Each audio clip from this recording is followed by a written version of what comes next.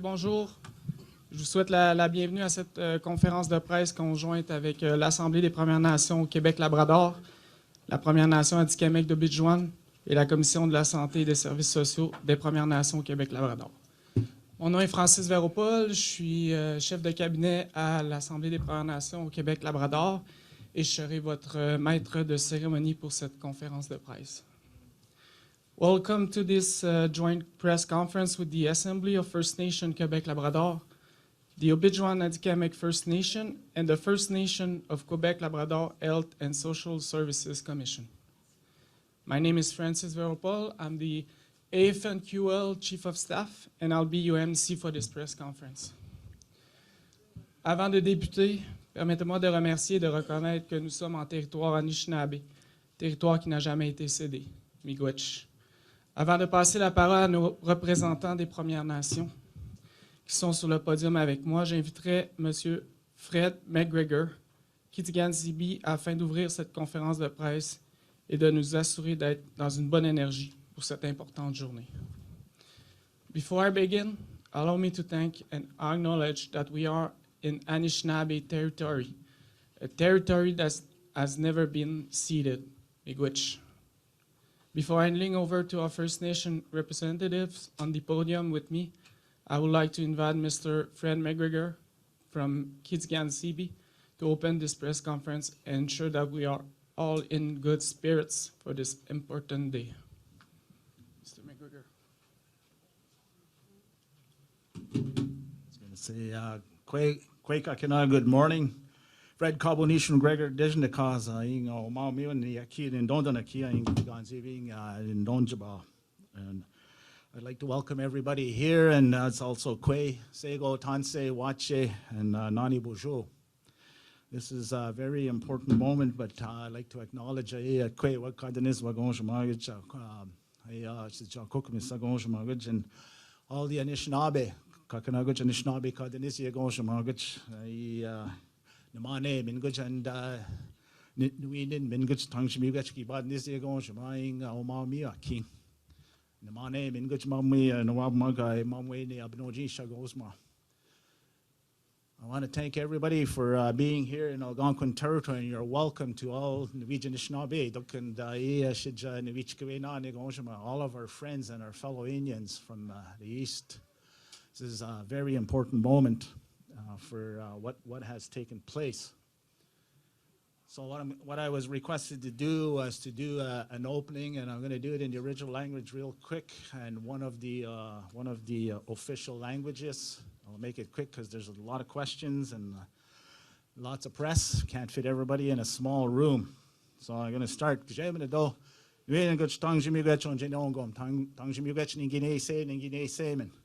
Nawam dan kakanaguch king guys itchige no shamaguch kakanaguch kayaton no shamaguch Nuin and ganguch tangje migwech nangshak to be keys this kakanaguch king guy to no shamaguch onshamashi jack king kakanaguch pamads win onshama Nuin and guch chimigwech Nawam dan on kaijitchige no shama kayaton Nizak ton on a dakim nan nabnoji shak I should nangsh ton on kakanaguch king got misha on onshama migwech gi do kwak Kayana Gazajik, Kanabuke, Jakonshai, Chikinaway Sagai, and Kaijin Kazwaj, Kaijawa, Jing residential Kamadnani, Chikwa Kansawaj, Kamajina, Wajonshma, Gojabno Jishak,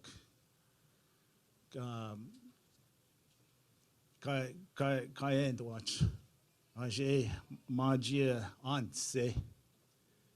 And Aje Guch and Gikan, Donna Kigishan and Dama, Wakai, Kaniganzijik, Quadnong. Just like to say the translation is give thanks for all the day that is given today. We breathe another day as Anishinaabe and as friends around here. We've seen all that is provided. We've seen all that is put here. And as Anishinaabe and as friends, we continue to take care of that. And we love we love our children, and we love our lands, and we're still taking care of those.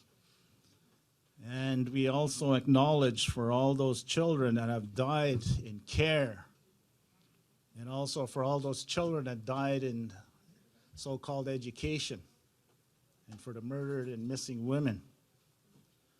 This is important, and that we asked for that help for those families, for those children that passed in care. This is a change, and it's a change welcome that is required. It's change, and we will make this change, but the change, we're going to have to do this together. So regardless of what the law says, there's an Anishinaabe understanding that we still continue what we have been provided. And this is important not only for us as Anishinaabe all across, but it's also important as the general teaching for every one of you here that make laws. We've been forgotten, and I think it's kind of embarrassing, but it's something that needs to be done and needs to be said. The truth is now coming, but every one of you here, we will make that change. Miigwech.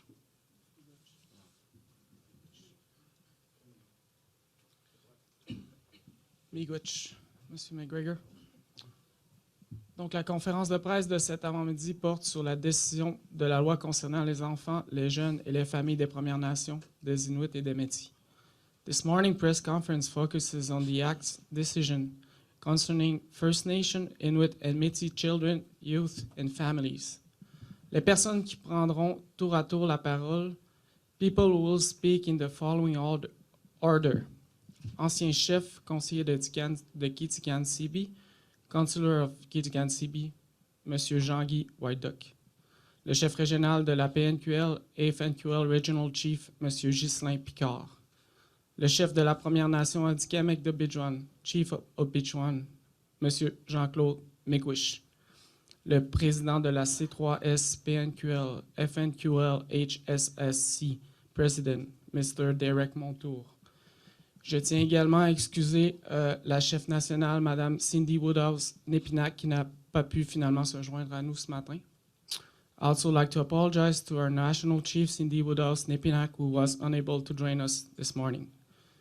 De plus, je tiens à souligner la présence de plusieurs chefs avec nous en personne aujourd'hui, ainsi que les enfants, une très forte délégation notamment de Bijuan. Merci d'être avec nous. Sans plus attendre, je cède la parole à M. Jean-Guy Whiteduck. So, with no further ado, Mr. Jean-Guy Whiteduck. Good morning. Welcome to unceded Algonquin territory. On behalf of our Chief Dylan Whiteduck and our Council and the Algonquin Nation, welcome to unceded Algonquin territory. I think it's an historical day, a decision that hopefully will give our people the rightful place in this country. You know, the jurisdiction of our own over our own people, our own territory is so important and been denied over and over again. Hopefully this decision opens the door to what will be required, where we have a peaceful existence and our children are better protected under the jurisdiction of their own people. Miigwech. Miigwech, Mr. Whiteduck. J'aimerais aussi souligner la présence à l'avant avec nous, le chef de la communauté Washat-Makmaniutenam, Mike McKenzie, ainsi que la présidente de Femmes autochtones Québec, Madame Marjolaine Étienne. Donc, je passerai la parole à Monsieur chef régional Ghislain Picard. Miigwech, Francis,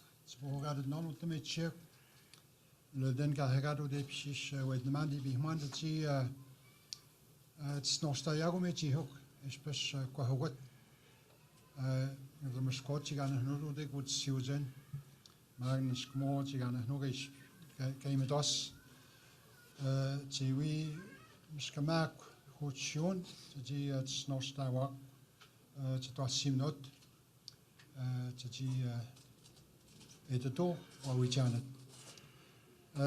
Bonjour à tous et à toutes. Good morning, everyone. And first off, I would like to acknowledge our relative, Mr. McGregor, and thank him for the opening invocation this morning. Also would like to acknowledge the leadership of the Algonquin Nation, and in particular from Councillor Jean-Guy Whiteduck, a former chief, for having us on unceded traditional territory this morning for this very important announcement by the Supreme Court of Canada. Acknowledge all the leaders who are here with us today. We have Chef Mike McKenzie from Washat Makayutenam, of course Chief Mequish from Opichuan. We also have the President of Quebec Native Women, Marjolaine Etienne. I've seen in the room Grand Chief Bonspiel, Victor Bonspiel from Ganisadage. We have Chief Lucien Wabananik from Lac-Simon. I think I've seen Chief Lance Heyman from Kibawek as well. I don't know if I'm missing anyone, but I know there are other leaders in the room. And more specifically, I would like to acknowledge that we have a very strong delegation from Opichuan. Many of them are children, and this day today and this decision really belongs to them. I think it's very important that we acknowledge that. And it's a very beautiful, a happy decision by the Supreme Court, but it is also, in a way, a sad day that the well-being and the future of these children has been an issue debated before the courts for the past 4 years and beyond. And to us, we've always acknowledged the responsibility that we have and carry and believe in, that we are best, we are the best governments to really ensure their future. I have a very brief statement. I will read through it. To our children, our families, our First Nations, we want to say that no matter the decision of today, we were always going to take care of our children. The decision was never going to dictate how we, as First Nations, are going to take care of our children. But the decision will impact our relationships with federal and especially with provincial governments. I would also like to acknowledge the courage and the strength of all our First Nations that always stood strong in the protection of our children, and more specifically to those nations like Opichuan, who did not wait for this decision to implement their own law, based on their determination and resolve that they are best placed to ensure the well-being of their children. Aujourd'hui, ce moment historique appartient à nos enfants et nos familles des Premières Nations au Québec et pour l'ensemble des Premières Nations à l'échelle du Canada. Suivant le jugement rendu ce matin, le gouvernement du Québec doit cesser de nier la légitimité de nos gouvernements. Il doit maintenant reconnaître et respecter la compétence des Premières Nations à se gouverner et à exercer leurs droits inhérents. Pour les Premières Nations, cela signifie qu'elles seront mieux outillées pour assurer librement leur développement, notamment en matière sociale, ainsi qu'à maintenir et renforcer leurs propres institutions politiques, juridiques et culturelles. Notre conviction a toujours été que les Premières Nations sont les mieux placées pour assurer le mieux-être de leur population. La réalité est que nous n'avons jamais cédé nos droits ou délégué à quelque gouvernement que ce soit l'exercice de ces derniers et encore moins la prise en charge de nos enfants. Aujourd'hui, c'est ce que cette décision reconnaît, enfin. Les principes énoncés dans la loi, notamment la continuité culturelle, et je parle ici de la loi C-92, l'égalité réelle et l'intérêt de l'enfant autochtone sont valides. Ils représentent des normes minimales à respecter partout au pays. Et les gouvernements et leurs institutions qui doivent s'y conformer. Alors que plusieurs communautés, organismes et regroupements de Premières Nations, Inuits et Métis, attendaient ce jugement avec impatience. Nous sommes portés de croire que plusieurs d'entre elles poursuivront sous peu leur démarche pour l'élaboration et la mise en œuvre de leurs lois, emboîtant ainsi le pas de la communauté de la nation Atikamekw d'Opitchwan et d'autres communautés au pays qui ont eu le courage de persévérer, malgré les contestations judiciaires. Nous amorçons maintenant l'écriture d'une nouvelle page de notre histoire et nous demandons au gouvernement du Québec de s'impliquer activement, mais surtout sincèrement et respectueusement dans l'application des dispositions des lois que les Premières Nations choisiront de développer, d'adopter et de mettre en œuvre. Que le travail de co-développement, de co-construction et de collaboration commence aujourd'hui. Merci beaucoup. Thank you very much.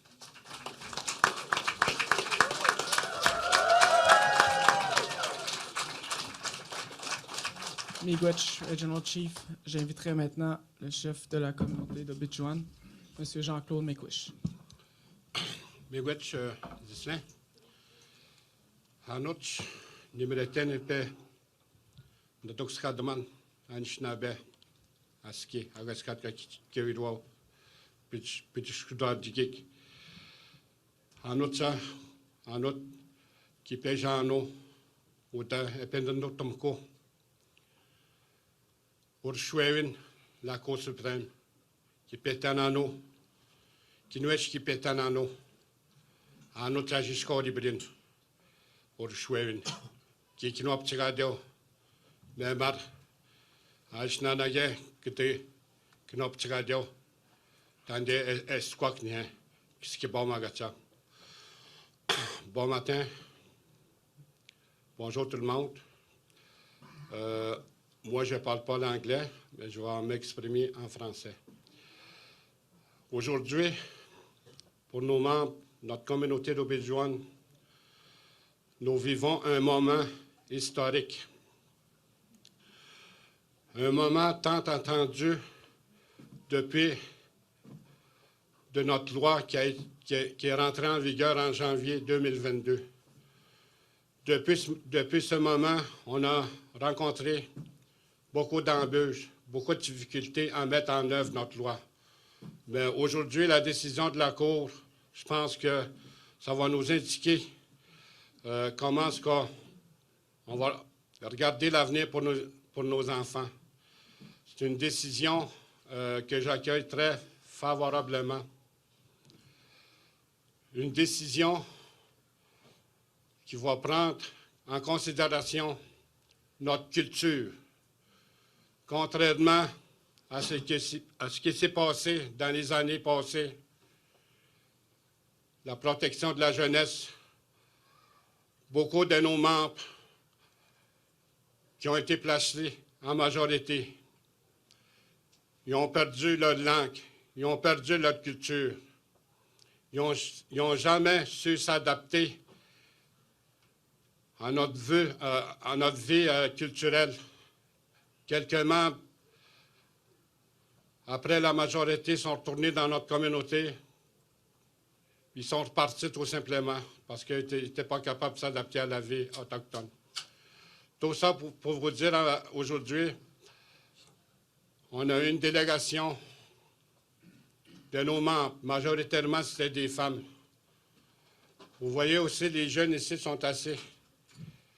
C'est nos jeunes, c'est les jeunes Atikamekw. Je pense qu'il y a des Inuits aussi. Je n'ai pas regardé, mais majoritairement, c'est des enfants Atikamekw. On a voulu démontrer qu'on est capable de prendre soin de nos jeunes. Pourquoi les femmes nous ont accompagnés? Parce que dans notre culture, les femmes sont très fortes. Leur vision est plus large que les hommes. Les femmes, c'est eux autres qui sont porteurs de vie. C'est eux autres qui mettent les enfants, qui donnent naissance à des enfants, qui prennent soin de leur éducation. Aujourd'hui, je pense que c'est un moment que je n'oublierai jamais dans mon mandat de chef. Un matin, quand j'ai su l'annonce de la décision, j'étais quand même il y avait beaucoup d'émotions. J'étais très ému en tant que chef.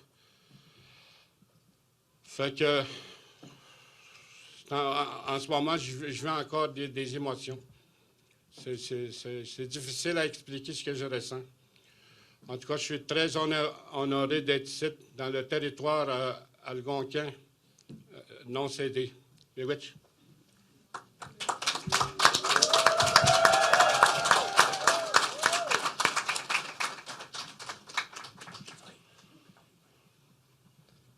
Mequish, Chief. Monsieur Montour, Mr. Montour. Sego Skonosko, Sewakwego, Watkunuradum. So I offer peace to all of you, and I offer my greetings to all of you as well. Aro Janos Yujats, my name is Aro Janos, my English name is Derek Montour. It's my honor to serve as the Executive Director for the Gunawaga Sagoptiota Gunhouse Community Services, as well as my honor to be the President for the First Nations of Quebec and Labrador Health and Social Services Commission. First, I'd like to acknowledge and thank the Creator for giving us this opportunity to be here today with each other, as well as all those things in creation that make life so meaningful. I also want to acknowledge the Algonquin people for allowing us onto their territory.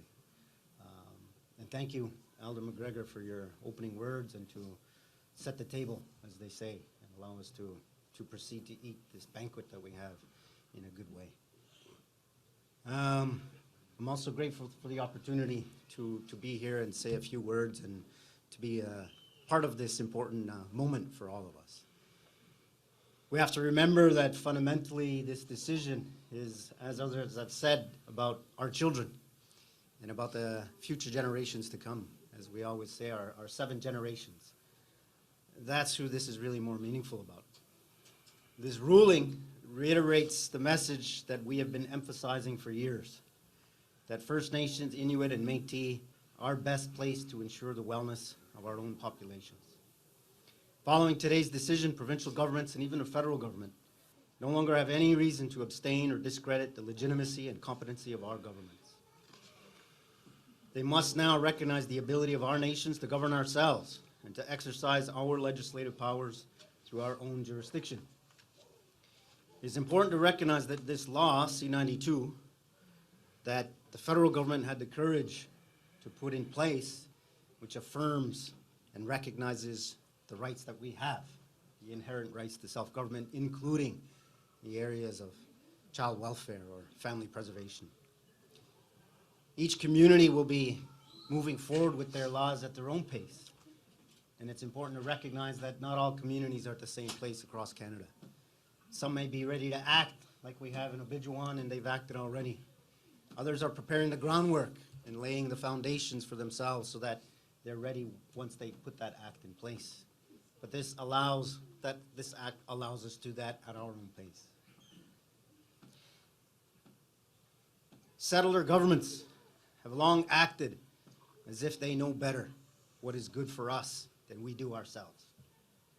We have all witnessed the harmful results in child welfare, in the justice and prison systems, in treaties and territorial disputes, that these colonial laws, policies, and systems that have been in place, not with our involvement, not with our collaboration, it was said, but by and for settler governments, and how harmful they've been on our ancestral laws and systems and our peoples.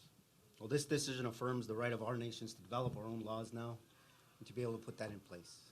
So it's a monumental decision for all of us because it recognizes and affirms what we've always known. Thank you. Those are all my words for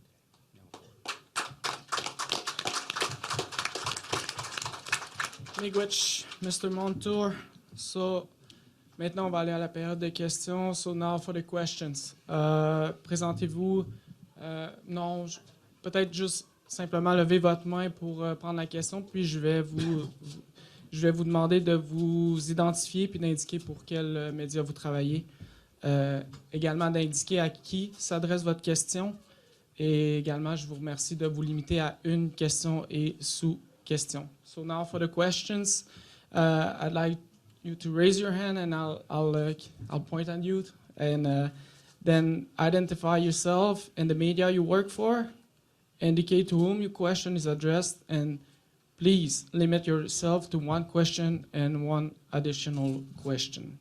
So, les questions peuvent être posées en français et en anglais. Question may be asked in English or French. So, question, Shushan? Non. Oui, Shushan Bacon, nouvelle nationale de la PTM. Joan idée, Joan idmouik, ch'tuguyo ch'ujron, mouikadji ouidan inou, kadjo medeni inou, Joan idmouik, ch'tuguyo ch'ujron.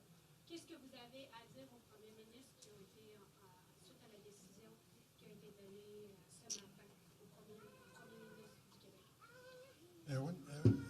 Hash Nagwatati Natabnamud Michwan. Moktati et a tun stavdaglet, Magzati et a tu snowstaglet, Nilan Chusman, Kevilot Egulet, Udimono. Mesti them undano ki bihman, Kazati, the Tanot Kawistan. Hash Ume Kahagadi Monwetnak. Whiteduck a boiler dit out. I wouldn't then it would see the snow stagen, no me lots of G not be stuck down. It's bam still am homoton di big man. En résumé, je pense que le message le plus porteur aujourd'hui, c'est que il est sans doute maintenant temps de s'asseoir à une table et d'ouvrir le dialogue de façon transparente et franche. Et surtout sur la base du respect que les autres gouvernements doivent porter à notre capacité comme gouvernements locaux de pouvoir développer, adopter et mettre en œuvre des lois qui émanent de notre réalité. Parce que nous avons cette capacité-là, c'est ce que la décision de la Cour suprême confirme aujourd'hui. Donc, le seul message, c'est vraiment un message d'ouverture. Et comme mes collègues l'indiquaient plus tôt, incluant moi, c'est qu'il y a finalement une opportunité de vraiment asseoir les conditions pour un engagement véritable vers une co-construction. C'est ce que nous avons toujours fait valoir, mais évidemment avec les résultats qui trouvent une conclusion aujourd'hui. Merci. So for the next question, we'll bring you a mic. Pour la prochaine question, on va vous amener un micro. Donc, monsieur.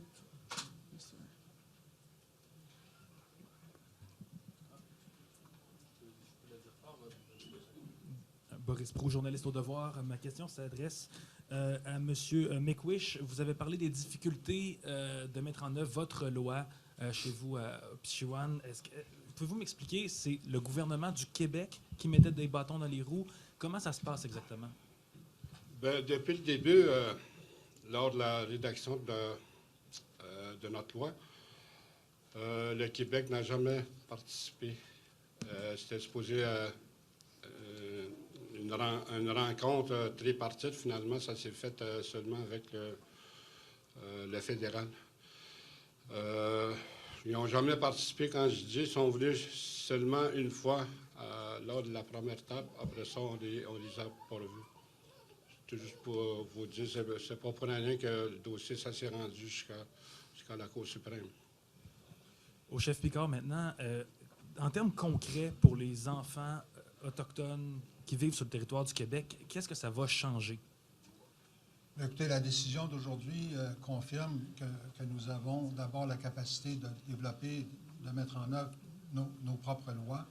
Et pour sans doute ajouter aux commentaires du chef Mequish un peu plus tôt, la loi fédérale prévoyait la conclusion d'ententes de coordination impliquant trois autorités, le gouvernement fédéral, le gouvernement provincial et l'autorité du gouvernement des Premières Nations. Donc, on a, depuis le moment où le Québec a choisi de contester la loi fédérale C-92 en décembre 2019 et aujourd'hui, c'est du temps qu'on aurait pu sauver si la volonté politique était au rendez-vous pour justement négocier cette capacité-là, c'est-à-dire d'encadrer la capacité des communautés. Le gouvernement du Québec a choisi de faire autrement, mais ce qui mérite d'être finalement affirmer aujourd'hui, c'est que le principe de la délégation de pouvoir d'un gouvernement à un autre est complètement enterré. On est devant un nouveau contexte qui, finalement, augmente, pas augmente, mais donne à la communauté, à nos communautés des Premières Nations, le rapport de force nécessaire pour développer leurs propres lois. Donc, pour les enfants, c'est une partie de ma réponse, c'est qu'on vient de perdre 4 ans. Là. Et pour moi, si on avait d'ores et déjà reconnu cette capacité-là du gouvernement, bien, on serait sans doute rendu beaucoup plus loin aujourd'hui et pas uniquement limité à la communauté Topetchouane, puisqu'il y a au moins une quinzaine de communautés qui sont en attente, qui étaient en attente d'une décision comme celle d'aujourd'hui et qui vont sans doute se mobiliser au cours des prochaines semaines. Bonjour, chef Picard, Valérie Gamache de Radio-Canada. Je suis ici. En 2019, lorsque le Québec a porté cette cause-là à la Cour d'appel, vous avez parlé d'une décision honteuse. Vous venez de parler tout juste de manque de volonté politique. Comment on peut vraiment travailler en réconciliation avec le gouvernement du Québec dans ce contexte-là où il ne semble pas y avoir de voie de passage entre l'Assemblée des Premières Nations et le gouvernement Legault? Bien, ce qu'il faut préciser, c'est qu'on n'a jamais choisi d'aller devant les tribunaux sur à peu près tous les fronts. Dans ce cas-ci, on s'est vu forcé de réagir. C'était impossible pour nous de rester passifs devant la contestation par le gouvernement du Québec. Et ce qu'il faut préciser ici, c'est que oui, c'est C-92 qui est contesté, mais non la compétence du gouvernement provincial à l'endroit de ses enfants. Et je pense que c'est important. Donc ici, pour nous, c'est clairement un prétexte de finalement limiter la capacité de nos propres gouvernements d'exercer une compétence qu'elles n'ont jamais déléguée à qui que ce soit. Et donc, votre question, si j'ose m'avancer, appartient au gouvernement du Québec principalement. C'est au gouvernement du Québec qu'il appartient de donner une réponse.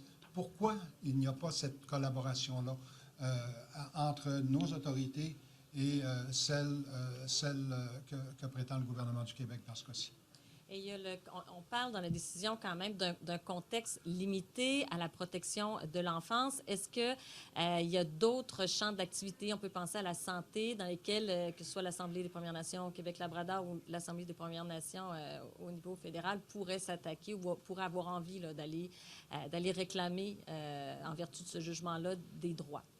Bien, pour nous, c'est très clair parce que vous en parlez, puis je me permets d'ajouter sans doute que à l'horizon se pointe également la possibilité pour une loi fédérale en santé qui viendrait confirmer notre responsabilité, notre compétence en la matière. Donc, et je pense que la décision d'aujourd'hui trace une voie qui va au-delà de la réconciliation et qui appelle à la collaboration avec les autres ordres de gouvernement. Je pense qu'ultimement, c'est vraiment la volonté politique qui est remise en question ici. Hello, I'm Judy Trin with CTV National News. Chief Picard, you mentioned that this decision affects your relationship with Canada and the provinces. Can you explain a little bit about how those relationships are impacted and what has changed? Well, I would say the decision today marks a major step in terms of acknowledging, recognizing, and respecting the right that our First Nations have to develop, adopt, and implement their own laws. I think it's very key. But I think it goes beyond that, where we say that this decision and the context in which that it was debated before the courts doesn't really answer the issue of the capacity to implement Indigenous laws. And that's very key. And that's the pursuit that we've had all along, that we are able to really change the ideology and the mindset in this country that we have the capacity as Indigenous governments to have a full authority over everything that pertains to our reality. Chief Picard or perhaps Mr. Montour, can you explain in terms of the fact that this decision has taken a long time, what programs or what progress towards reconciliation that First Nations communities in Quebec perhaps wanted to take part in but were unable to implement because it was on hold because of this decision? Well, simply put, I would say we've lived through this notion that any kind of authority that we may exercise as Indigenous peoples has to be a delegated one. To me, the decision today confirms that the delegation model is dead. We move on to something else. The only thing I would add is Ganawage, for example, have been exercising this delegated authority that Chief Picard mentioned for 40 years. But at the end of the day, it's a DYP outside of Ganawage that's determining, at the end of the day, what happens with our children. And yes, we're taking decisions on what's happening on a regular basis, but it's through this delegated authority. This, for the last 4 years, there's been no reason why communities cannot take that responsibility themselves. So what changes in the immediate, it depends on where that community's at. Some communities are ready to exercise and move forward right away and take decisions, whether it's their community members on or not. And that's part of that dialogue and that debate that has to happen. But these services have to be put in place. The human rights complaint created funding to support that because it wasn't happening. And we don't have to rehash about why the C-92 was created. It was a result of the human rights complaint. So it's a delay that happened for no reason in our minds because we already had this inherent right. Now it's recognized from the federal government initially, and now by the Supreme Court.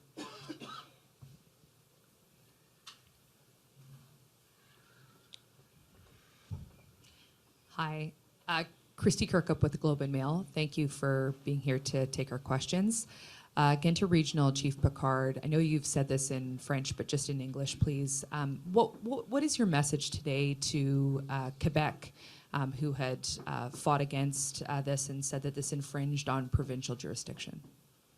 Well, obviously, we cannot go back to 2019, but yet I think the decision today really puts the conditions forward in terms of,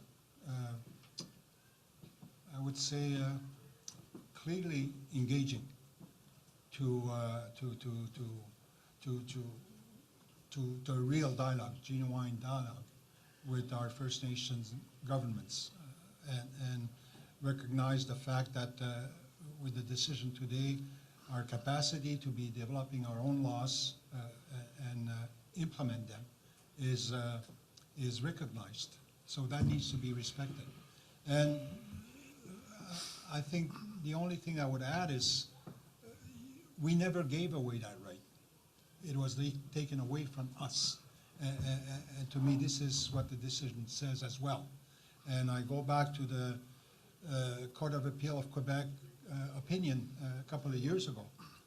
And in their conclusion, that's exactly what they said. Well, you know, there's obviously jurisdiction exercised by a certain level of governments, but now that capacity also is in the hands of Indigenous governments. So that's very important. Why do you think Quebec pushed back on this in such a big way? Well, it's really a question that belongs to the Quebec government and its premier. But my view is that there's simply no recognition that there's that room for another jurisdiction to occupy that space. I think the mindset is that it is limited to, you know, the current structure of the federation, which recognizes a federal government and provincial and territorial governments. And what the Court of Appeals, in my view, said, and that's my own interpretation, well, there's room for more. President Needham from AP10 News. So I just want to follow up on that, Mr. Picard. How would you describe your current relationship, I guess, with the Quebec government, and how do you think this decision may change that relationship, or what will happen? Well, I think it's no mystery or secret that this case in particular has overshadowed any kind of progress on many many other issues with the Quebec government. And to me, just to essentially repeat what I just said, is the fact that we are forced before the courts will certainly limit the good faith on our part. And we've always conveyed and believed in the position that our peoples have compromised enough. I think it's time now for other governments to do the same. I think that's the only way that trust and good faith will prevail. Are you hopeful that that the Quebec government will respect the decision, or do you know that provincial sovereignty is a very sticking point for the government? Do you anticipate more battles, I guess, over these issues? Well, I mean, the test, if there is one, is how far Indigenous governments and their laws will prevail. And to us, we strongly believe that we have the capacity. And I go back to the notion of compromise. And to many of our people, we've compromised enough over centuries. I think it's time to recognize the fact that legal traditions, including lawmaking, is alive and well within our communities. It's been impacted and limited by the capacity that other governments have exercised over time. So I think we have a new setting here that offers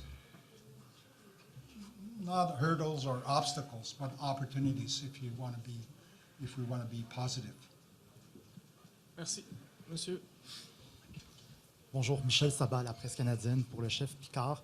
Donc, j'aimerais faire du chemin sur la question de ma collègue Valérie Gamache. J'aimerais savoir s'il y a d'autres secteurs que la santé où vous souhaitez exercer votre compétence.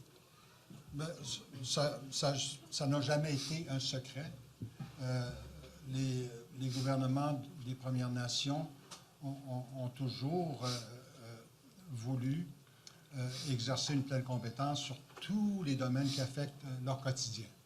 Et ça nous ramène un peu dans l'histoire récente parce que l'échec des conférences constitutionnelles des années 80, justement, ont dressé un mur opaque qui nous permettait, qui nous limitait. Donc, on a essayé d'avancer un peu à la pièce, qui n'est pas toujours une situation enviable ou confortable, mais c'était la seule façon de procéder, et trop souvent, malgré nous, devant les tribunaux.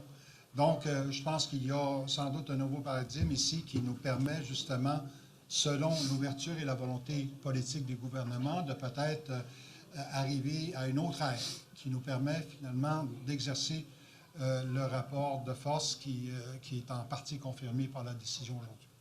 Puis d'autre part, quand est-ce que vous souhaitez, que vous entendez vous asseoir avec Québec, et est-ce que vous attendez à y trouver de l'ouverture désormais? Bien, écoutez, c'est encore une fois une question qui appartient au gouvernement du Québec, à son premier ministre, mais on conviendra que la décision d'aujourd'hui est majeure. On aura, nous aussi, de notre côté, à évaluer les détails de la décision, parce qu'elles ne sont pas négligeables, elles sont importantes, et je suppose que le gouvernement du Québec, de son côté, va en faire autant. Et quelque part, à un moment, on conviendra du moment et de l'espace pour en discuter.